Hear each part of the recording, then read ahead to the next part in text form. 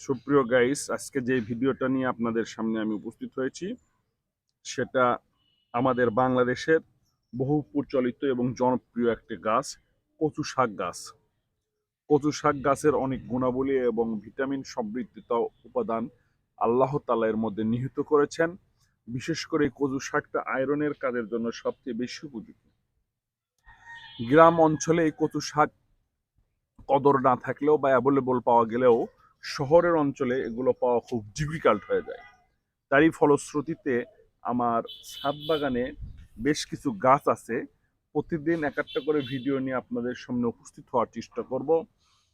তারই ধারাবাহিকতায় আজকে আমি কচু শাক নিয়ে এখানে উপস্থিত হলাম। এই কচু শাক এর পাতা এবং ডাঁটা যেটা আছে সেটা আমরা বিভিন্নভাবে আমরা খেতে পারি। কেউ ছানা করে খায়, কেউ বা ঘাঁটি বা অন্য অন্য তরকারি দিয়ে খায়। আমার আলোচ্য বিষয় এটা না, আমার আলোচ্য বিষয় আজকে হচ্ছে এই কচু শাকের সঙ্গে আরেকটা জিনিস ইনভলভ বা অঙ্গ প্রত্যঙ্গভাবে জড়িত আছে, সেটা হচ্ছে এই যে লতি।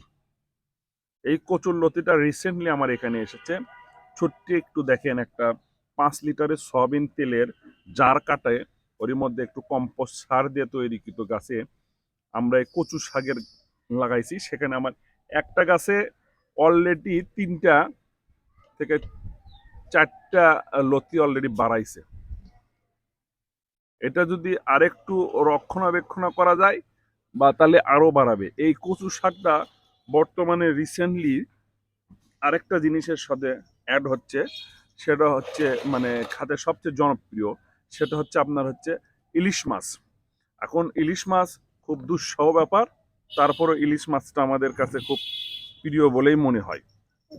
এই কচু শাকের সাথে সবচেয়ে অঙ্গ প্রত্যঙ্গ ভাবে জড়িত হচ্ছে আমাদের আরেকটা কচুলতি। আমাদের পরিবারের সদস্য ছোট বাচ্চা মিলে মোটে 6 জন, কিন্তু আমাদের এই যে কচু শাকটা যেভাবে তৈরি হচ্ছে এটা হয়তো বা আমাদের চাহিদা পূরণ করে দেবে ইনশাল্লাহ। সঙ্গে সঙ্গে আরেকটা বিষয় আমি এখানে অ্যাড করতে চাচ্ছি, সেটা হচ্ছে বর্ষার সময় এই গাছ থেকেই যত সময় হলুদ কালারের ফুল ফুটবে, এই ফুলেও খুব সুস্বাদুতা অর্জন করে। সবাইকে ধন্যবাদ। আজকে কচু শাক সম্বন্ধে আপনাদের সামনে ভিডিও উত্থাপন করলাম। সঙ্গে সঙ্গে আমার বাসায় আরেকটা মজার জিনিস আছে, সেই জিনিসটা আপনাদের সময় কোনো এক সময় নিয়ে আসবো।